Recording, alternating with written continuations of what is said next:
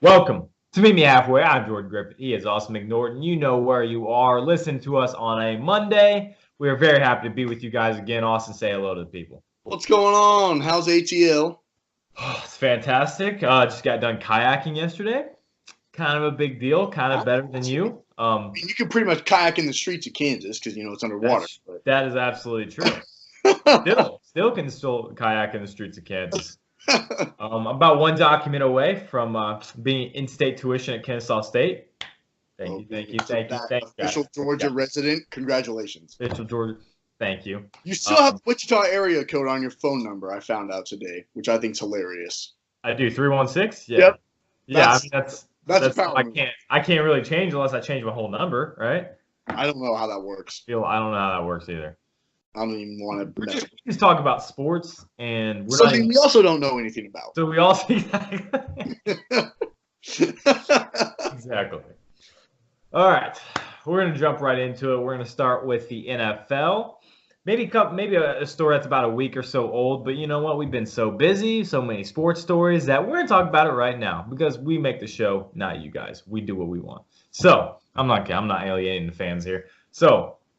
We helped all the fans potentially make money for the last 4 weeks. That's true. That's true. So I feel like we kind of deserve to have this back and forth, sass, kind of the bark. Yeah, right.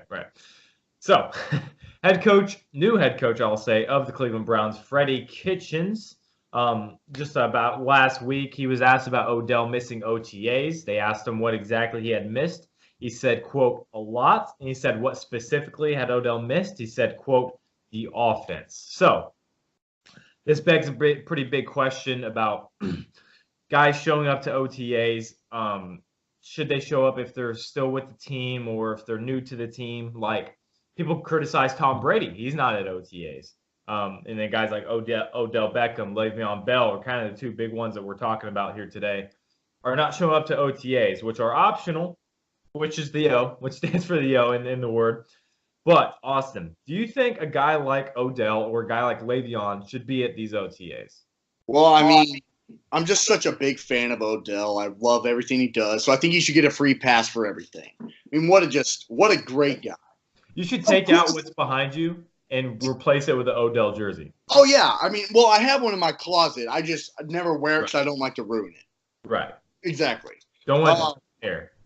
Giants all the way. Woohoo. Oh, okay. Honestly, though, I don't understand how someone who is, for both of these guys, in both cases, it's optional. Yeah, you're both superstars. But you're both going to new teams. So explain to me how in any way it doesn't benefit you to go and learn your new team, your new style, your new teammates, everything. It makes absolutely no sense to me to say, I'll just be fine once training camp officially starts. You want to be a significant part of this offense right away. So wouldn't it benefit you in the long run to be able to learn as much as you can right now before the season actually starts so that you can for sure be a significant part of the offense? And I don't know about you, but when your coach says that you're missing a lot, that's a pretty good indication that you should definitely be here, or else you might be not as significant as you maybe like to be. Right. I agree with a lot of what you said. Odell, I feel as though this one, I'll get to Le'Veon after this one. But Odell, I do kind of agree. He should be at OTAs. You're kind of missing a whole lot right now, especially with this new team that you're on, which I think shows that you care. If you're on a new team, that shows that, okay, I'm invested in this team now. I'm not thinking about the past. Also, I do understand they have their own private trainers, private workouts, and things that they're doing. Odell, I'm not okay with it. I would rather him be there, but I'm not too upset about it. But let me say this, okay, Austin. What did I say even just a couple weeks ago on this show about the Browns? I said this is a media frenzy. Sure. Freddie Kitchens, first-year head coach, guy never called plays until the second half of last year until Hugh Jackson got fired. Odell Beckham, Baker Mayfield, Kareem Hunt. You have a lot of personalities. OTAs just started. and we're already hearing stuff from the Browns. That's true. We're hearing stuff from a 7-8, or was it 7-8-1, right? 7-8-1 team last year. We're already hearing stuff about them before OTAs start. You are a team that has no right to just go out there and say, we're going to be a Super Bowl team. You are not to that point, Cleveland. This is a team that is going – this is going to be – this is going to happen all year, okay? You're right. Odell's going to say something in the middle of the season that's going to rub Baker or Freddie or Kareem or somebody like that the wrong way. And next thing you know, we're going to make a week-long story out of it, and they're going to be in a 2-3 game losing streak. This is exactly what I've been talking about. Now, I know this is a small kind of – we'll forget about this in probably another week or two. That's the fact of it. Because with these kind of stories of the OTAs happen just about every single year. But this is just a little bit of what we're going to see this year from the Cleveland Browns. Whole season. You better bet you take that to the bank. Do you think that Odell's attitude is about missing this is that, oh, well, my friend Landry's there, so I can just learn from him and be fine with it, rather than saying, oh, well, I need to be here with the new coach? I think guys more look at it as I'm about themselves. And I don't want to say it's a selfish thing, but they're trying to improve their game with just by themselves. Okay. When they're at OTAs. Their own personal trainers and everything. Right. When you're looking at these top-level guys, because top-level guys are the ones that don't show up. Because if you're a rookie, you have to show up. If you are, because they have rookie mini camp right before this. So you pretty much are already there. You have to show up to OTAs. And if you're kind of a mid-level guy that's trying to find a starting spot, you're there. You got to be there. Yeah. But guys like Odell, Le'Veon, those guys don't have to be. They're kind of focused on their physical health. But before I let you get to it, I want to move on to Le'Veon Bell. Okay. This is a guy that I said was a fantastic addition in the offseason. He is pissing me off. Wow. Okay. No two ways about it. You took off a year of playing NFL football. You don't need any more rest. You don't need to work on yourself. You demanded a trade out of Pittsburgh. You said, I don't want to be here anymore. Find me a new team. They said, okay, you're a free agent now. He goes and he signs with the Jets. You took off a year. Do not tell me that you say you want to, you don't want to have all the tread come off the tires and OTAs. You had a year. Get back on the field. Get back to your team. And I know, you know what? I know he talked to Adam Gase, and Adam Gase was cool with it. I'm not cool with it. And who am I? I don't care. This makes me mad. Even if you were a Jets fan, you wouldn't be cool with it. Because this is your biggest guy now on your team. By far and away the biggest addition in the entire offseason, really. You want to see him on your team.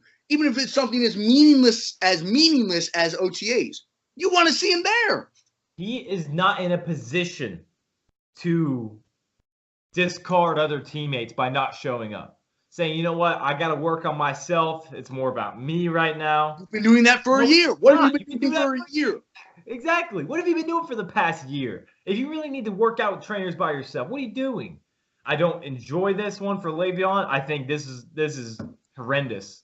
Now, Odell, I'm not too upset about it. I'm not really looking a lot into it. This happens every year, so I don't really look into these OTAs that much either, every single year. But this is a special case where a guy literally refused to play for a single year, which I've never seen before, in order to leave a team.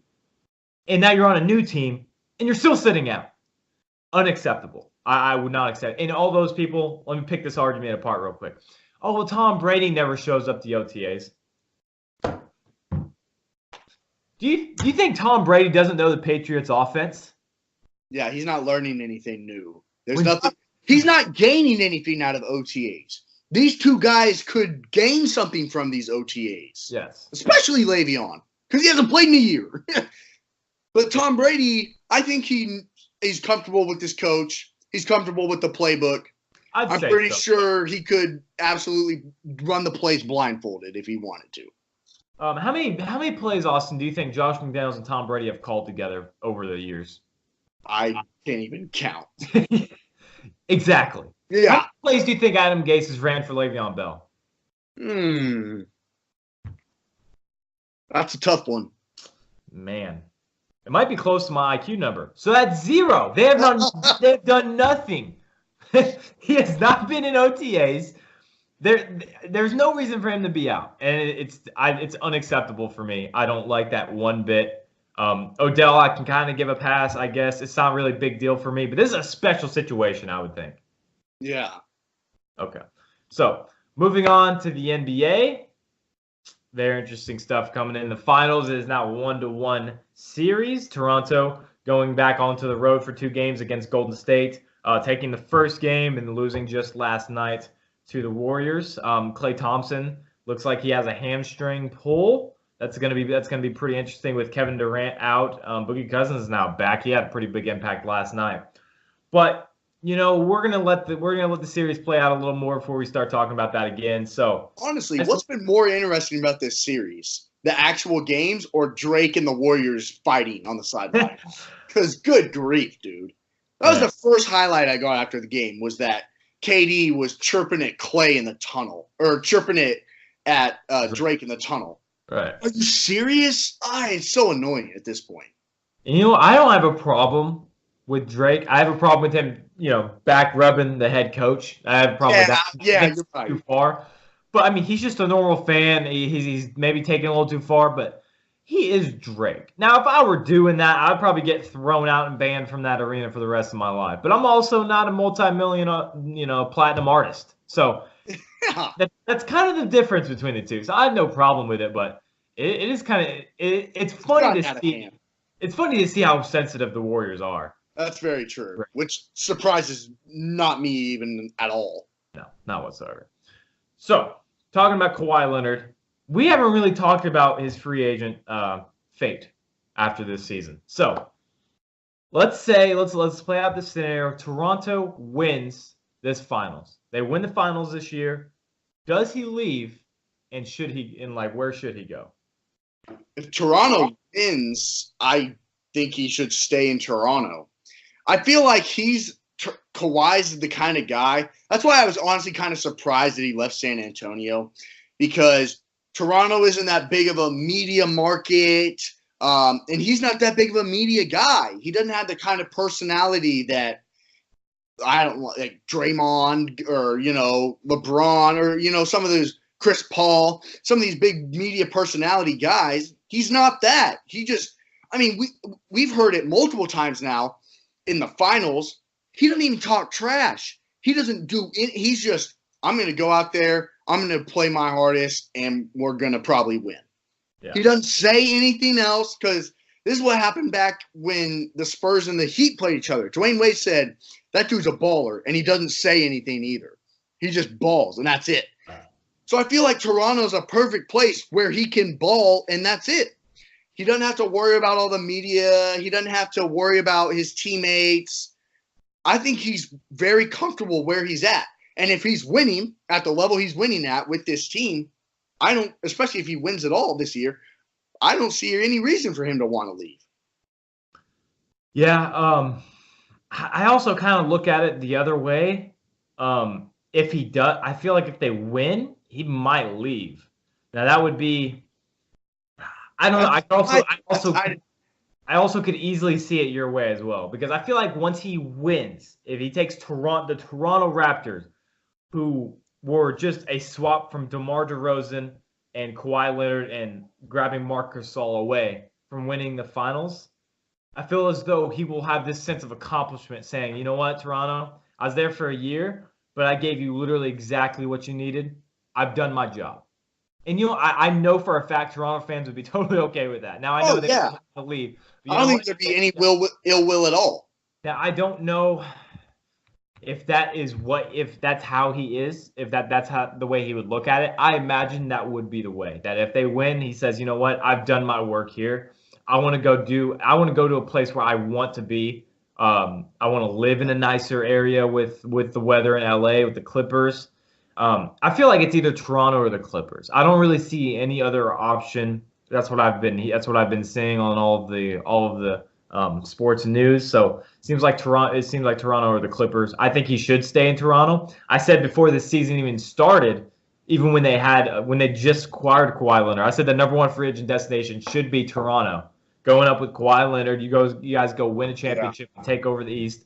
And he didn't even need that. All he needed was some guys to step up and Marc Gasol at the deadline in order to get to the finals. So if they lose, that's another. I think he stays if they lose.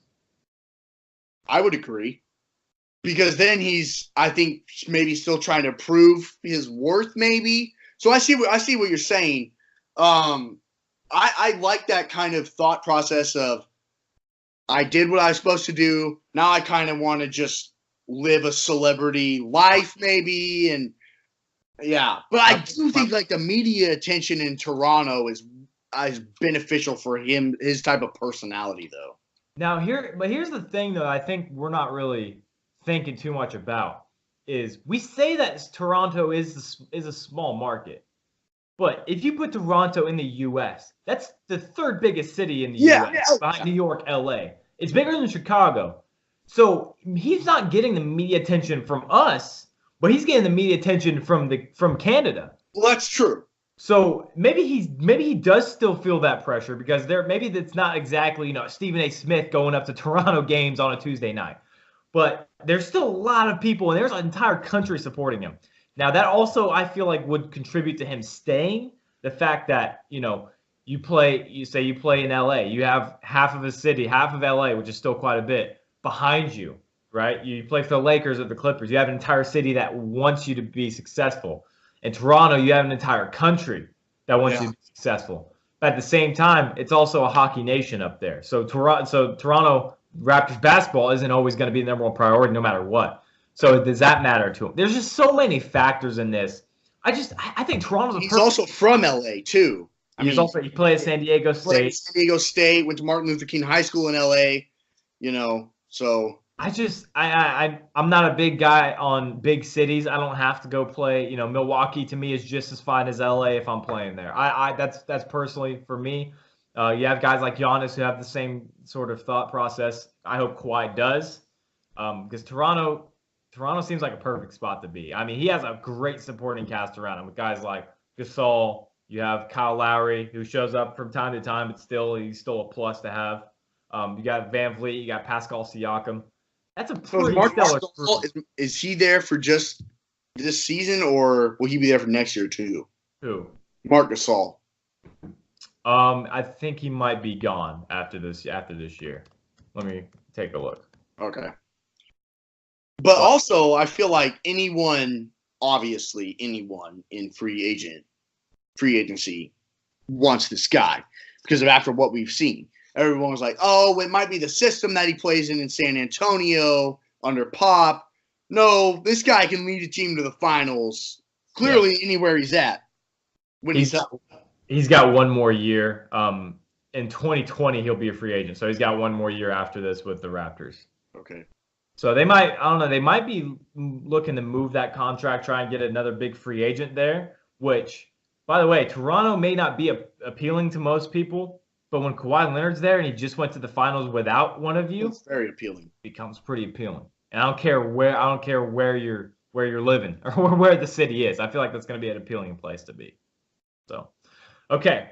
We're going to play a little game here, Austin. Free agency coming up after the finals. The NBA is known for its crazy off seasons. Every year. So I'm going to give you 4 players that are going on the free agent market this year.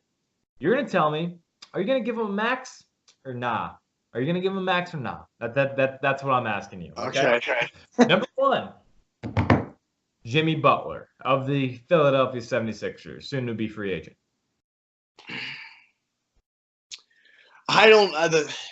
It's tough because this is still, in my opinion, kind of a young team with Embiid and Simmons and now Tobias Harris being there too.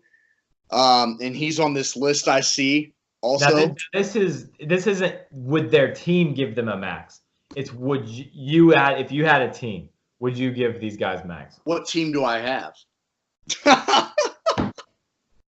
I'm not gonna dignify that with a response. I don't know. I don't think I would. Why not? Because I don't know. I feel like he's drawn some negative attention as just a guy in the locker room. I personally, I kind of like a guy who wants nothing but winning, but sometimes it comes off wrong. And if I'm a GM, I don't know if I want that kind of negative media attention potentially. But he's a pretty darn good player, and I think he's a guy who can get any team to the playoffs at least, if nothing else. So, but I don't know if a max deal is not. I think a max deal is categorized as just another level, and I don't know if I would put that up for Jimmy Butler. Yeah, I wouldn't give him one either. He's a great two-way player. He is kind of reminds me of Russell Westbrook a lot as well. Because you have that intensity and that fire that I love to see. Yeah. But I just don't feel like they turn it off. I feel like it's always on. I feel like it's always until they're off the court, maybe at home. Obviously, we don't know them that well. But I just feel like this is a guy that rubs people the wrong way, especially young players. That's been a problem in the locker rooms. That's been noted. He struggles tutoring and mentoring young players in the NBA. And that can't fly. He run people out of town. He run himself out of Minnesota. He wanted out of there because he didn't like Andrew Wiggins and Karl Anthony Towns. So I'm not giving a guy with off the court issues, locker room issues, a max deal. I like that he plays both sides of the floor hard. I like the way he plays. Max deal is something that I need you to be my one or two guy in order to get me or to win a final. So I don't think he's going to be either of those guys. So there's nah, I'm good. Okay, number 2. This one's the toughest one, I think. I think so, too. Kemba Walker, point guard of the Charlotte Hornets, max or not. And he is also eligible for the Supermax. I would like to go first on this one. Okay. How old is he? I believe he's 29. Let me look. Okay. 29 years old. Okay. He turns May 8th, though he just turned 29. Just turned 29. Okay. Kemba Walker, I would give him the Supermax without a doubt. Because this is a guy that has played in Charlotte for the past 7 years. Ooh, man, phone dropped. This is a guy that has played in Charlotte for the past 7 years, and he's been the only guy that has ever been focused on the Charlotte Hornets. He's a guy that has created his own shots. He has amazing handles, and he has had to deal with the lack of foundation in the organization with Charlotte. There's been nothing else beside Kemba Walker that's been positive there the past few years. Nothing. He's a guy that has to create his own offense off of him. When you play the Charlotte Hornets, you're not worried about Cody Zeller or Miles Bridges. You're worried about Kemba Walker. So, with him putting up all of those stats, yes, less efficiency, but that comes with the territory. You're looking at a guy that doesn't get enough attention, has some of the best handles in the league. I think probably the best, he might be the best. I don't know. That's a tough statement. He might be the best point guard in the NBA. Like he might true pass first, shot creating point guard. I think he might be one of them. If not one, top 3. This is a guy that I love. I love Kemba Walker. I love everything about his game. He's gotten better every single year, which is another big thing. Now, if he was plateauing, I would hesitate a little bit. But Supermax, I'm giving it to Kemba Walker. I don't care what my cap situation is. I think he deserves it. So I'm looking up his stats here, and you just said exactly what I was going to say. He's improved every single year. I mean, you look at from when he started in Charlotte, as we are mentioning, in 2011, he averaged 11 points a game, then 15, then 16, then 18, then 20, and then 25 last season. Yeah. He played all 8 too. When it comes to true point guards, this guy has been the guy in Charlotte for the last 6 years. Yeah. He's been the guy. You're exactly right, pass first mentality, but can create his own shot when called upon. And he's been an all-star these last few years. When in this new format of the all-star game, those players are picking him because they know how beneficial he is to just their all-star team. He can get the ball around. He can create shots. He can create shots for other guys. This one is really tough, but I'm going to actually agree with you. I think he deserves a max deal. Yeah. I think just because he's improving every single year, he's 29. I think any team he goes on, it wouldn't affect the team. It would better the team. And there's your difference right there. And another big thing, past 4 years, Austin, let me list them off for you. 81 games, 79 games, 80 games, and last year, all 82 games. It's not a guy that you're going to have to deal with if he gets on the court. He gets on the court and he produces for you every single night. And, I think pass first, maybe he's kind of a shot creator first. But he had the most assists in his career last year. He had 5.9, so 6 assists a game, along with 26 points per game off of 43% shooting. Now, I know that's not spectacular for him, but considering around him, I think it is pretty spectacular. So Kemba Walker is a guy without hesitation. I think of almost any of the guys on this list that we're going to do. I think I'd give him the that. Playoff contention for the majority of last season too. Right.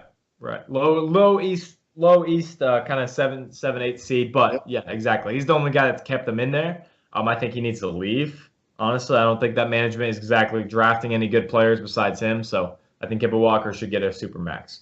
All right, number 3, Tobias Harris. This is a guy that's about 6'9". He's a good shooter, plays good defense, kind of a combo forward, small forward. What do you think? This is another guy that I would really like to have on my team. I'm looking at his stats here and trying to he's another guy who played 82 games. And in the last few seasons, he's played a majority of the games. He didn't play a whole lot in because he played in Detroit and the Clippers last season. And then, of course, he played with the Clippers and Philadelphia this season. Yeah. So this is tough. I think I might give him the max deal because I think another big part of this guy's game that doesn't show up on the stat sheet is obviously his defensive production. I feel confident in anyone that he's guarding, and he will do a strong job of guarding them. And then he does it in such an efficient way that he doesn't wear himself out to where he can't produce on offense either. So he's efficient on both sides of the ball, which I really like, and not a lot of players are that way nowadays. So to have a guy like that on your team, I think is pretty valuable. Yeah. I look at Tobias Harris as one of the top complementary pieces in the NBA. You don't have to run a single play for this guy because he can do everything on offense and he does everything on defense, and he's gigantic for his size. I mean, this is truly a guy that's built too big for it to be that kind of shooter that he is. He's a knockdown 3-point shooter, and he can play in the mid-range, and he can obviously drive as well. This is a guy I would give a lower max deal. Not a super max. Super max is obviously out of the question. So I would give him a deal. I like his size. I like his all-around game. And I think you don't have to run any plays for him. So he's the ultimate complementary piece. You don't have to do anything special, but he's gonna come into the spotlight when it's called upon him, and he's gonna knock down shots. So I like Tobias Harris a lot as well. Okay, moving on to Klay Thompson, who I will go ahead and just say I think is the best complementary piece in the NBA. I agree. And he's not eligible for the Supermax. But Austin, would you give him a max deal? See, these other 3 guys, I think I could build a team around where Klay Thompson, we just haven't seen that. We haven't seen him be, the guy. I mean, it's been Steph or KD with him along with it. We haven't seen that. I don't know if he can. I mean, I'd like to think he can because he's a talented defender like we were talking about with Tobias Harris. And, of course, he's got one of the deadliest shots in the NBA. But I don't know if I'd give him a max deal because I think what I've seen from him in his career is that he's the second option. That's all I've seen from him. So I don't know what else he really is other than a shooter and a really strong defender. I don't know what else he is. I haven't seen him run an offense. I haven't, I don't think he's really meant to be that guy. So I don't know if I'd give him a max deal. He also wasn't on any of the top 3 teams in the all-team NBA. I mean, that's kind of a joke, but it's true. I mean, he wasn't for a reason. So I don't know. I don't think I would. Yeah, I put this on here because I thought it was the easiest one. I absolutely would. He's the best player of any of these guys. I think maybe outside of Kimba. I think I'd probably take Kimba. I'm a huge Kimba guy, by the way. I'd take Kimba over a lot of guys. So that doesn't really say a whole lot. But Clay, this is a guy that if Steph Curry did not exist, we would be talking about Ray Allen, Reggie Miller, Klay Thompson. That's how good of a shooter he is. You're he is a guy that, once again, you do not have to run plays for, but we've seen with the Warriors, when they do run plays for him, he can knock down shots, and he's clutch, and he can defend, and he's got the best shooting stroke I've probably ever seen, probably the prettiest form outside of Ray Allen I've ever seen. I love everything about this guy. I love his demeanor on the court. He's got a killer mentality, though he doesn't look like it. He is a deadly mid-range shooter off the pick and roll that people don't give him any credit for. He has probably the best on that team. I think the best stop and pop ability of anybody, and that includes Kevin Durant. That's a hot take. I know that. I love Klay Thompson. I think this guy. I don't think he could ever be a number 1 on a title team, but I don't think a lot of these guys could ever be a number 1 on a title team either. So that doesn't qualify as a max. Now, if he's a super max, maybe so. I'm not exactly sure about that, but I'm 100% giving Klay Thompson a max deal. All right. Yeah. So you're wrong. Oh, well, yeah, obviously. Yeah. Okay, moving on. Like I promised you guys, top 5 is now in every single episode. Let's go. Thank you, guys. Calm down. It's okay. We get it. It's all right. It's all right. Okay. Like I promised you last week, we're going to talk about the top 5 candies and the top 5 MLB ballparks in the league. We're going to start, let's go ahead and let's start with the candies, Austin. All right. So for me, these have been some that I've just had that if I see them, chances are I'll get them because these 5 and 4 especially, I get quite frequently. These are Mike and Ike's and Milk Duds. Both come in similar containers, but they're very different. I'd say. I'm a big chocolate and caramel guy. You'll find that out from my top pick especially. I think it's probably the greatest combo there is when it comes to candy. I'm glad. Real quick, I'm glad you say caramel and not caramel. I'm not dumb. I say it right. It's caramel. No, that's wrong. For all you people out there, you're saying it wrong. It's caramel. All right, continue.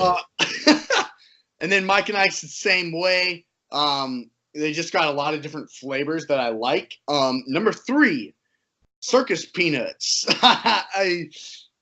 Iconic. Seems like they've been around forever. I don't get them a whole lot, so it's kind of like hidden gem that I can sometimes find. Yeah. You maybe think for a reason you're not a big fan. Oh, of Circus. Okay, Circus Peanuts. Let me say, you say they're iconic. They're iconic for being awful. That's where you're wrong. No, I'm not, dude. I literally watched. I watched Good Mythical Morning, very popular show on YouTube. They literally had this contest, this tournament, and they had YouTube voters vote on this of the most hated Halloween candies. And Circus Peanuts was a high seed, Austin. It was high.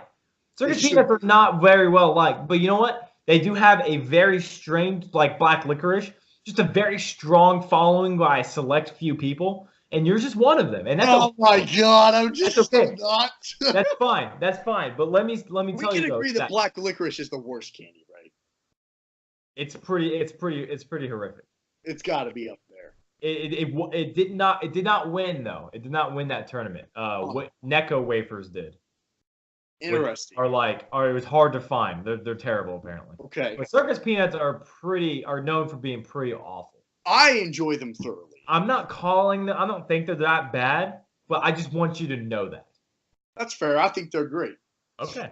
Number 2, I had the Heath bar, because this is different from a Twix in the way that it has like a more crunch because it has the toffee with it. I think the best Blizzard at Dairy Queen is the Heath bar Blizzard. So that's part of a factor for me. And then number 1, this has always been my number 1. I don't really know why. The caramel and chocolate combo and a Twix bar. So classic, so iconic. Everyone knows the gold and red. Everyone knows the shape. They're just so good. This is my number 1. It's been my number 1 since pretty much as long as I can remember. So it's more like nostalgia for me for some reason. Anytime I see them, like Halloween, for example, I don't pass those out to kids. I keep them for myself. You're a horrible person. So good. You're a terrible person. They're good. Okay. Let's see how wrong your list is here. Let's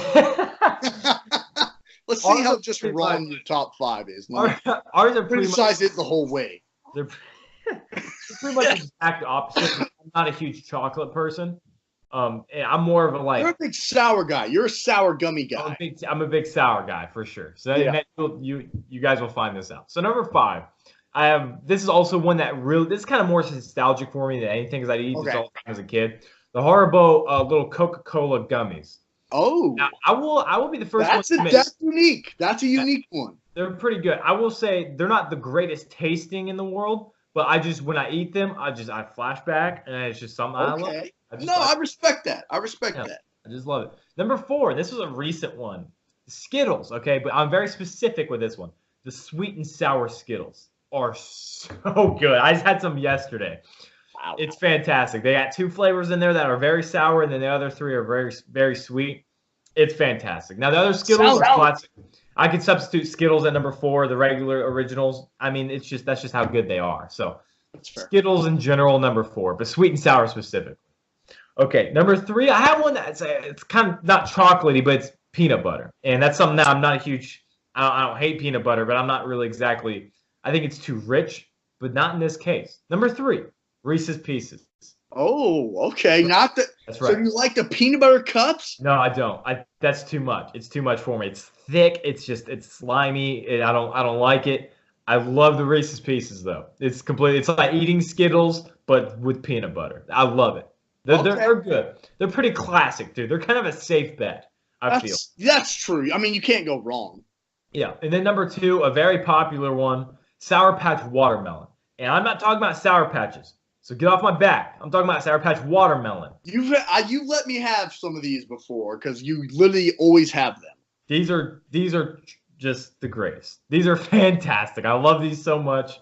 They're classic. Everyone loves these. This is one of the most popular candies out there. They have now been more popular than the actual Sour Patches themselves. That's how good that these are. That the spin-off has now overthrown the Sour Patches themselves. That is crazy. Yeah. Now that I think about it, your top 2 here, I think I've seen them at your apartment literally always. I've never seen you not have them in your apartment.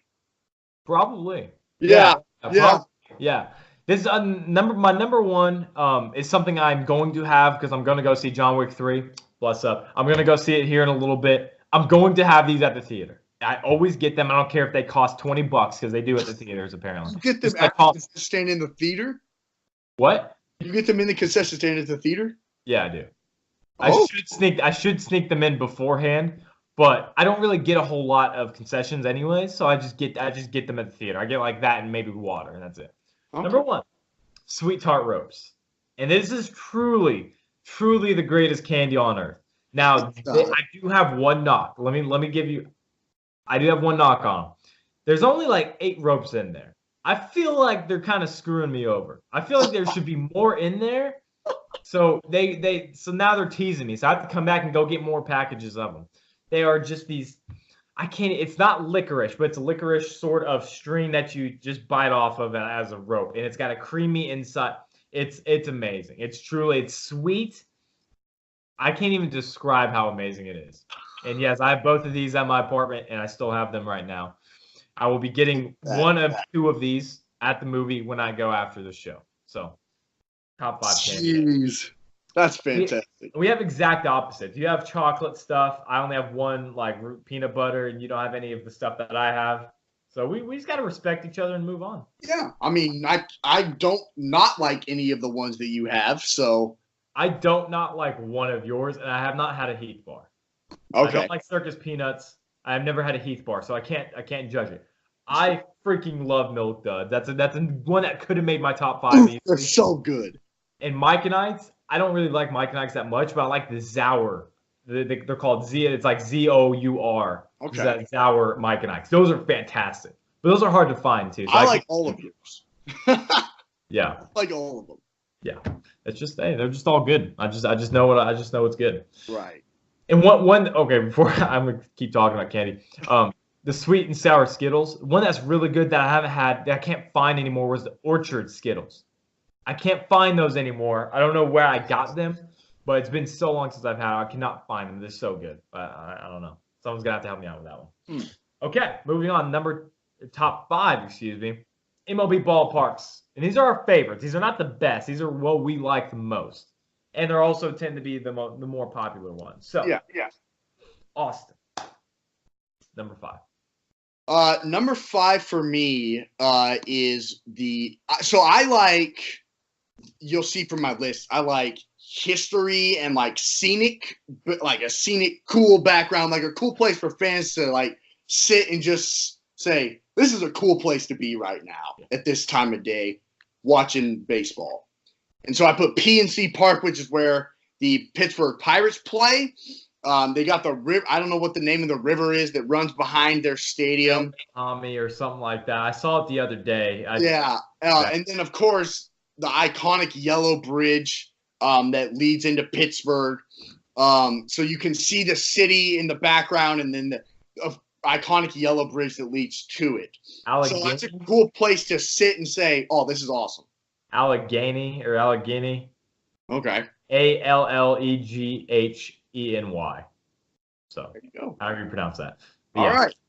But yeah, so and then the next one here is a similar. It's where Busch Stadium is, where the St. Louis Cardinals play. So if you ever been up in the St. Louis Arch? Yes.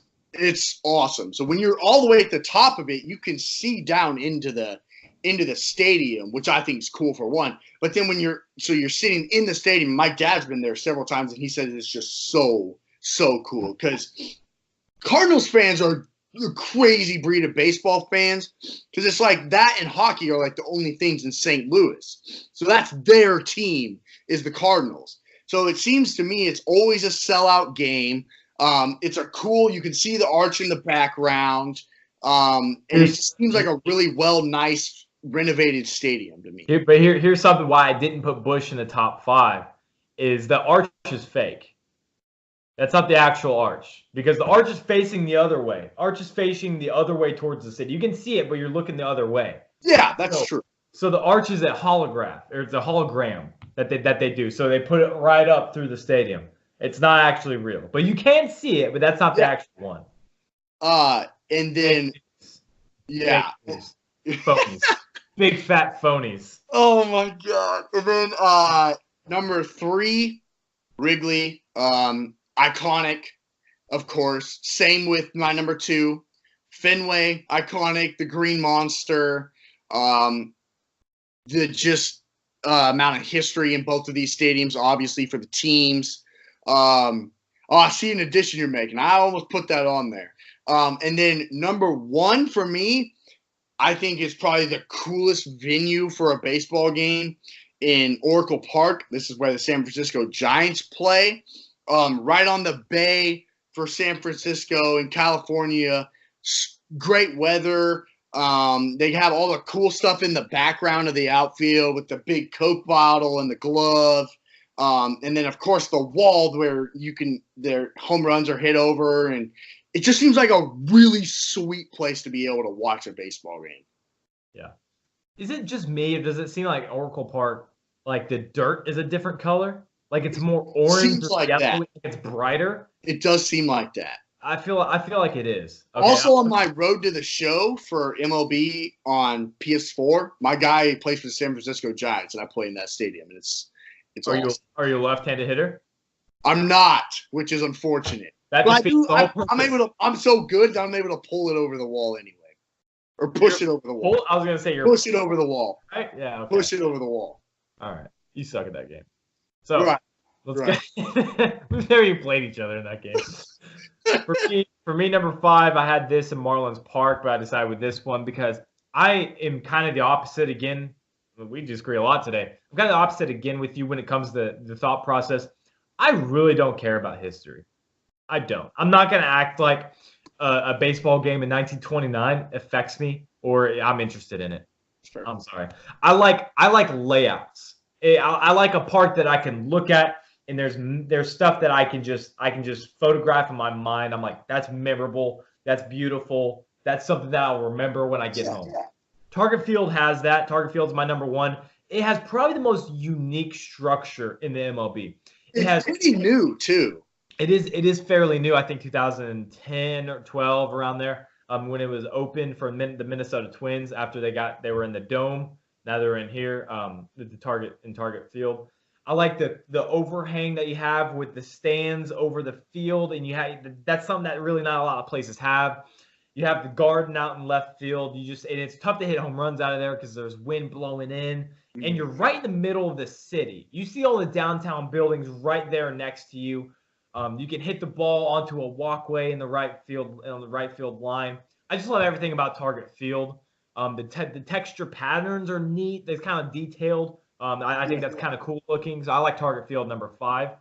Number 4, I think it has to be in your top 5 no matter what you're doing. Oracle, which was AT&T Park. I hate when they change names, but now it's Oracle Field. Or Oracle Park, I believe, and exactly like you were saying, nothing needs to be said. You have the iconic Coke bottle in the left field. The dirt's kind of different. I don't know what it is they do to it. Then you can hit them out into the bay and right. So Oracle number 4. Number 3, I'm surprised you didn't have it. Very popular one. A lot of people love this place. Is Coors Field in Colorado. Now this is a place that is scenic. You have the river kind of in the middle in the center field. You have that gigantic scoreboard out and left, and it's a place where a lot of home runs are hit. The bullpen's out and right. It's also cool because it's literally exact opposite from left field to right. In left field, you have just a bunch of seats. You have this huge stadium or huge kind of section of fans. And then you have that huge scoreboard. And you have all the concessions, everything out in the left. And in the right, you have the bullpen and then another overhanging lifted stand section in the right where you could get up to the lights. You could even hit it almost up there. So I like Coors Field a lot. A lot of people said the experience is pretty cool. And number 2, Petco Park, which San Diego Padres play. This is probably the coolest of all of the parks. You have the hotel out and left. You have, I forgot exactly what it's called. A lot of people hit home runs on top of it. In center, you have the exact just openness of San Diego. You can just see the entire city right there in the center field. And then right field, not really a whole lot, kind of just more sections, but it's truly just a physically beautiful place to be. So I like San Diego a lot. And then number 1, I think is the easiest one for me, PNC Park. It was in your top 5 at number 5. For me, it's a slam dunk number 1. Kind of for the same reasons Oracle's slam dunk number 1 for you. It's more of a challenge to hit it into the river in Pittsburgh. And I think I like the way that they cut the grass. They always have some sort of cool kind of. It seems PNC to me seems very well maintained. Exactly. Yes, it's very well maintained. Also, have you ever seen the movie Jack Reacher? You ever seen that movie? I've not. Oh man, you need to see that movie. Where there's a scene where there's the walkway behind PNC Park. You couldn't hear it. You wouldn't get it now, but it's a great scene that I remember all the time. And you could just hit home runs out to that walkway. It's just I love everything about that park. Not a whole lot of winning, but a whole lot of winning right now with the Pittsburgh Pirates. So here's what I want to get to. You have Fenway and Wrigley on there. I do. I have big problems with that. Why? I do. The 2 most iconic parks in America. Right. They're iconic. Those are both dumps. They're not. Yes, they are. Both of those parks are POS parks. We both know this. They are not maintained. I feel like you're a hater. Call me a hater. I don't care. I know that they're iconic. But, okay, I'll give kind of Fenway a pass. I still think Fenway is kind of pleasing to look at. Even though it's built on top of a dump. Literally built on top of a dump. That's another story for another time. Wrigley, tear that place down. Tear it down. I'm tired of looking at Wrigley. The ivy is disgusting. The stands outdated. I don't care how many renovations that they're going to have. Tear that place down. Wrigley is a place that people love to say, oh, it's iconic. You know, it's been there forever. There's a reason it's been there forever. People go there to watch the Cubs lose. There's been one World Series in that park. That's it. Just one World Series. There's not been a whole lot of winning with the Cubs. It's time to tear down Wrigley Field. It is a piece of crap stadium. Call it a hot take. Fenway that's tough. is still not a good stadium. Okay, you can call it iconic. You can say you love the Green Monster. It is iconic. Everyone recognizes it. People love the Red Sox. Does not make the stadium any nicer. Those are both in my bottom five MLB parks. Jeez. Yeah, that's right. I feel strong. I will die on this hill. Not very many people. A lot of people. I feel like a lot more people on my side of that. You're right, but I think people are finally starting to come around and say, man, I could go Kauffman Stadium and get a better experience than what I'm getting here in Chicago. Yeah. It's disgusting. No, they're both disgusting. I'm tired of looking at them. It's time to tear those places down and get new stadiums. Just because it's historic doesn't mean it's nice. Sorry. Brutal. Sorry. Okay, moving on to our Twitter poll question of the day. We're actually going to have two. One coming from Austin's mom. You want to go ahead and say it? Yeah. So she asked what the best 80s song was. So Jordan and I started looking up 80s songs, and we came up with 3 for the fans to choose from. Tom Sawyer by Rush. Do. You know it. Don't stop. I mean, some people might not know the name of it. So once you hear that part, you immediately know it. I know. I just made it better. Don't Stop Believin' by Journey. I think that might be the most, maybe not best 80s song, but it may be the most iconic song maybe of all time. Right. And then Living on a Prayer from Bon Jovi are your 3 that you can choose from. All 3 great. So, I mean, you can't really go wrong with either of them. But we have the same debate. Are you going to vote for the best song or the most iconic? The best song is Tom Sawyer. The most iconic is Don't Stop Believing. I think Don't Stop Believing is a better song, but all right, there you know our votes. So you're a Journey guy though, so that says a lot about you. I am a big Journey guy. Yeah. Okay, and then number 2, our sports Twitter question of the day: who is the best head coach in the NFL outside of Bill Belichick? Our 4 options: Sean McVay, Andy Reid, Doug Peterson of the Philadelphia Eagles, or Sean Payton of the New Orleans Saints. So you guys go vote for that. Our last Twitter question poll was, let me get it up here.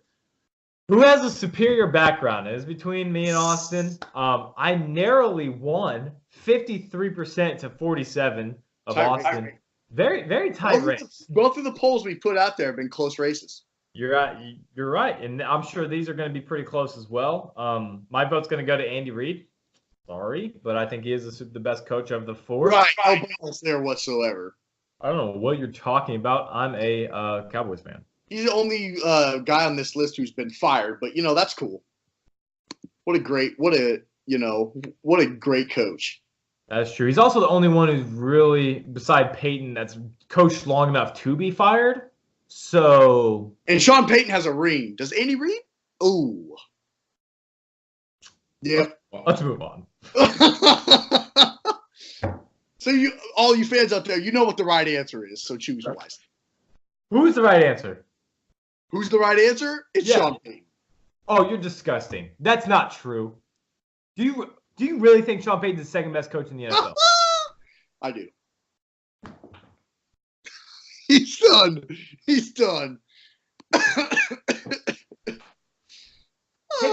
Take it back. You're lying. I am lying. Okay, good. Who is it then? I don't know. You'll have to wait and see. We're going to vote Andy Reid as soon as we get off of here, and I know you will. We've talked about this. I know you're going to, and it worked. Oh, man. I might vote Sean Payton just to see if he'll win the poll, because I hope he does. I honestly think Sean Payton might be the only one with 0 votes if you don't vote for him. Oh, I'm voting for him. Okay. Awesome. Okay, moving on to the best segment that we have, the non-sports segment, Backdoor Fiction. It is back on every Monday, just like you guys asked for. So, number one, Austin, are you ready? You're 19 of 18 on the year, so you're hovering right where you need to be. 500. 500. That's right. Are you ready? I am very ready.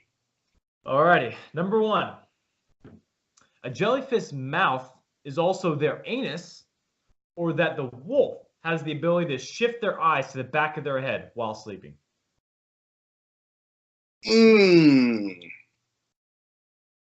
I feel like the jellyfish one is so weird that it's true. You are correct. Yeah! Wow. Yeah. 10 of 18. Or 10 of 19, rather. I mean, let's see. I didn't have a whole lot of time to prep, so if you get 3 for 3, I'm coming after you next week. You went 3 for 3 one week, so I did. I mean, I went 3 for 3. You went 0 for 3. So yeah.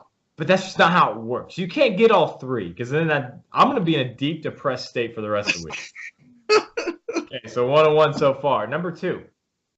The inventor of the Frisbee was turned into a Frisbee after death, or that the builder of the Taj Mahal was legally blind.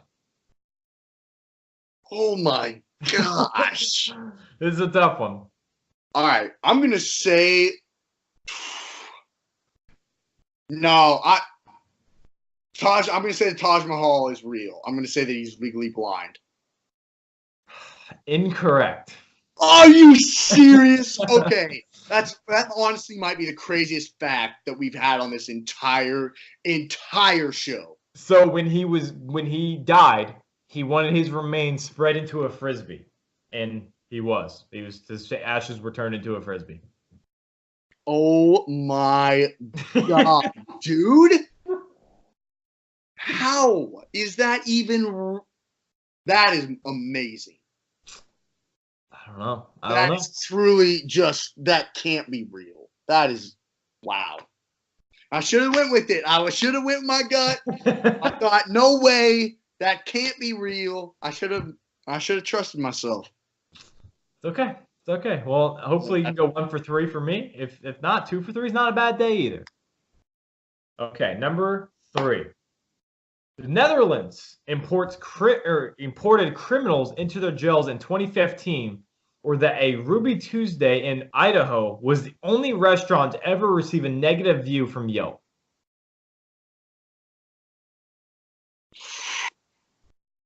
That second one is so specific.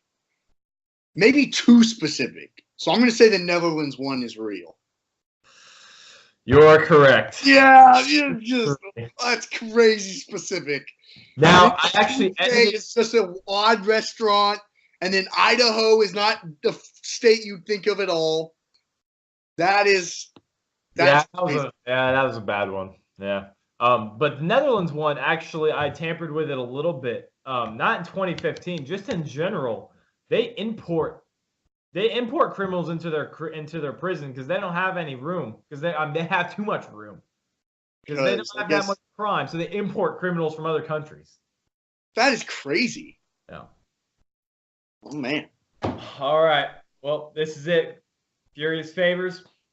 Show's over, unfortunately. Okay, Austin. I got 3 baseball games for you tonight. Dodgers versus the D-backs. You got Robbie Ray going for the Diamondbacks and Walker Buehler going for the Dodgers. Dodgers are favored -140 and Diamondbacks are +130. I'll probably take the Dodgers on this one. I mean, they've won 9 out of their last 10 games. So yeah, I'm going to lean towards the NL West leading Dodgers. I'm going to go with the Diamondbacks on this one. +130 is a pretty good bet, I think, especially with a guy like Robbie Ray. Now, he's a coin flip because this is a guy that he's either going to walk 6 to 10 people every night, or he's going to bring stuff that's going to be a borderline no-hitter. This is a guy that does not have very much in between ground. This guy either has terrific stuff or he's a borderline high school JV pitcher. So I'm gonna hope with the bet +130 with the line that he's going to be one of those aces tonight. So Robbie Ray with the Diamondbacks tonight. Okay, number 2. Philadelphia Phillies with Aaron Nola on the mound versus the San Diego Padres. The Phillies are minus 139, and the Padres are plus 129.